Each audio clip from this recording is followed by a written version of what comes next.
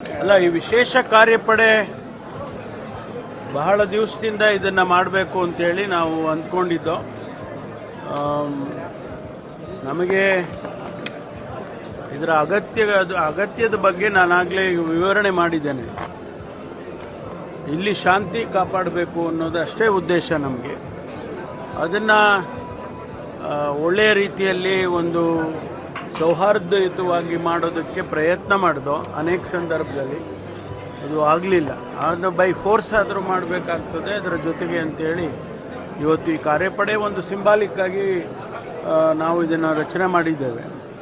ನನಗೆ ವಿಶ್ವಾಸ ಇದೆ ಇದರ ಹೆಚ್ಚಿಗೆ ಉಪಯೋಗ ಬರಬಾರ್ದು, ಇಲ್ಲಿ ಬರೋದಿಲ್ಲ ಅಂತೇಳಿ ಅನಿಸುತ್ತೆ. ಯಾಕೆಂದರೆ ಜನ ಅರ್ಥ ಮಾಡಿಕೊಂಡ್ರೆ ಇದರ ಅಗತ್ಯತೆ ಕಡಿಮೆ ಆಗ್ತದೆ. ಅದರಿಂದ ಇವತ್ತು ಏನು ಲಾಂಚ್ ಮಾಡಿದ್ದೀವಿ, ಇದು ಅವರ ಕೆಲಸ. ಅವ್ರಿಗೆ ಕೊಟ್ಟಿರ್ತಕ್ಕಂಥ ಮ್ಯಾಂಡೇಟ್ ಏನಪ್ಪ ಅಂತ ಹೇಳಿದರೆ ಶಾಂತಿ ಕಾಪಾಡಬೇಕು ಅಂತ. ಅದಕ್ಕೆ ಏನೇನು ಕ್ರಮ ತಗೋಬೇಕೋ ಅವರಿಗೆಲ್ಲ ನಾವು ಡಿಫೈನ್ ಮಾಡಿದ್ದೇವೆ. ಅದನ್ನು ಅವ್ರು ಮಾಡ್ತಾರೆ. ಈಗ 3 ಜಿಲ್ಲೆ ಇಲ್ಲ, ಅದು ವಿಸರ್ಜನೆ ಮಾಡೋದಿಲ್ಲ, ಅದನ್ನು ಕಡಿಮೆ ಮಾಡಿದ್ದೇವೆ. ಯಾಕೆಂದರೆ ಅದರ ಅಗತ್ಯತೆ ಸದ್ಯಕ್ಕೆ ಇಲ್ಲದೇ ಇದ್ದರೂ ಕೂಡ ಯಾವುದಾದ್ರೂ ಸಂದರ್ಭದಲ್ಲಿ ಬೇಕಾದರೆ ಅಗತ್ಯತೆ ಬಂದರೆ ಅದನ್ನು ನಾವು ಡಿಸ್ಮ್ಯಾಂಟಲ್ ಮಾಡೋದು ಬೇಡ ಅಂತ ಇಟ್ಟಿದ್ದೇವೆ. ಸರ್, ಈಗ ನಕ್ಸಲ್ ಮುಕ್ತ ಅಂತ ರಾಜ್ಯ ಅಂತ ಮಾಡಿದ್ರು ಕೂಡ ಕೆಲವು ಕಡೆ ಆ ಥರದ ಸನ್ನಿವೇಶಗಳು ಬರಬಹುದು ಅನ್ನೋ ಒಂದು ಆತಂಕ ಕೂಡ ಇದೆ. ಮತ್ತೆ ಸಹ ನಕ್ಸಲ್ ಇಲ್ಲ, ಯಾಕೆಂದರೆ ಬೇರೆ ಬೇರೆ ರಾಜ್ಯದಲ್ಲಿ ಇದೆ. ಒರಿಸ್ಸಾದಲ್ಲಿದೆ, ಅಸ್ಸಾಂನಲ್ಲಿದೆ, ಆ ಕಡೆ ಎಲ್ಲ ಆ ಭಾಗದಲ್ಲೆಲ್ಲ ಇದೆ. ಅದರಿಂದ ಅಲ್ಲಿಂದ ಈ ಭಾಗಕ್ಕೆ ಬರುವಂಥ ಸಾಧ್ಯತೆಗಳು ಅನೇಕ ಸಂದರ್ಭದಲ್ಲಿ ಆಗಿದ್ದಾವೆ ಹಿಂದೆ ಎಲ್ಲ. ಅದು ಆಗಬಾರ್ದು. ಒಂದು ವೇಳೆ ಬಂದರೆ ಅದಕ್ಕೆ ನಾವು ತಯಾರಿರಬೇಕು ಅಂಥೇಳಿ ನಾವು ಒಂದಷ್ಟು ಪಡೆಯನ್ನು ಹಾಗೆ ಇಟ್ಕೊಂಡಿದ್ದೇವೆ. ಸರ್, ಈಗ ಇಲ್ಲಿ ರೆಹಮಾನ್ ಕೊಲೆ ಪ್ರಕರಣ ಮತ್ತು ಅಶ್ರಫ್, ಈ ಎರಡೂ ಕೊಲೆ ಪ್ರಕರಣದಲ್ಲಿ ಅಲ್ಲಿ ಯಾವ ಉದ್ದೇಶದಿಂದ ನಡೆಸಲಾಗಿದೆ ಮತ್ತು ಅಲ್ಲಿ ಮೋಟಿವ್ ಏನಿತ್ತು ಅಂತ ಇನ್ನೂವರೆಗೂ ಗೊತ್ತಾಗಿದೆ. ಅಲ್ಲ, ಇನ್ವೆಸ್ಟಿಗೇಷನ್ ನಡೀತಾ ಇದೆಯಲ್ಲ. ಇನ್ವೆಸ್ಟಿಗೇಷನ್ನು ಒಂದು ದಿವಸದಲ್ಲಿ, ಒಂದು ವಾರದಲ್ಲಿ ಅಥವಾ ಒಂದು ತಿಂಗಳಲ್ಲಿ ಮುಗಿದೋಗೋದಿಲ್ಲ.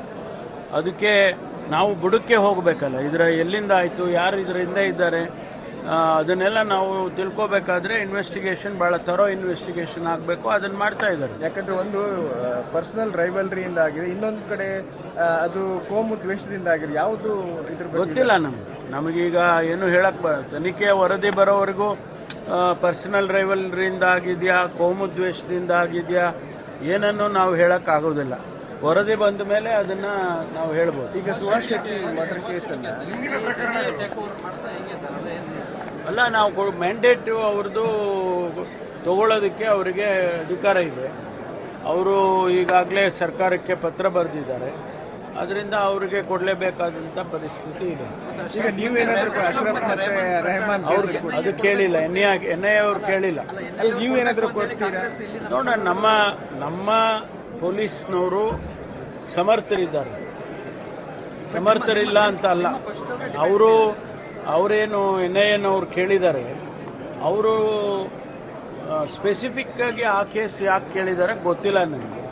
ಆದರೆ ನಮ್ಮ ಪೊಲೀಸು ಇನ್ವೆಸ್ಟಿಗೇಷನ್ ಮಾಡೋದ್ರಲ್ಲಿ ಕೂಡ ಸಮರ್ಥರಿದ್ದಾರೆ, ಮಾಡ್ತಾರೆ. ಸರ್, ಈಗ ಈ ರೆಹಮಾನ್ ಕೇಸ್ ಮತ್ತೆ ಅಶ್ರಫ್ ಕೇಸನ್ನು SIT ರಚನೆ ಏನಾದರೂ ಮಾಡ್ತೀರಾ? ಅಲ್ಲ, ಈಗ ನಾವು ಏನು ತನಿಖೆ ನಡೀತಾ ಇದೆ, ಅಗತ್ಯತೆ ಬಿದ್ದರೆ ಇನ್ನೂ ಹೆಚ್ಚು ತೀವ್ರವಾಗಿ ಮಾಡ್ತೇವೆ. ಸರ್, ಈಗ ಈ ಜಾತಿ ಗಣಿತ ವಿಚಾರದಲ್ಲಿ ಮರು ಸರ್ವೆಗೆ ಈಗ ಮತ್ತೆ ಇದು ಕೊಡ್ತಾ ಇರುವಂಥದ್ದು, ಇದೆಲ್ಲ ಒಂದು ಕಡೆ ಮತ್ತೆ ಎರಡು ಮೂರು ಕಾರಣಗಳಿದ್ದಾವೆ. ಒಂದು, ಅನೇಕ ಸಮುದಾಯಗಳು ಅವರ ಧ್ವನಿಯನ್ನು ಎತ್ತಿದೋ.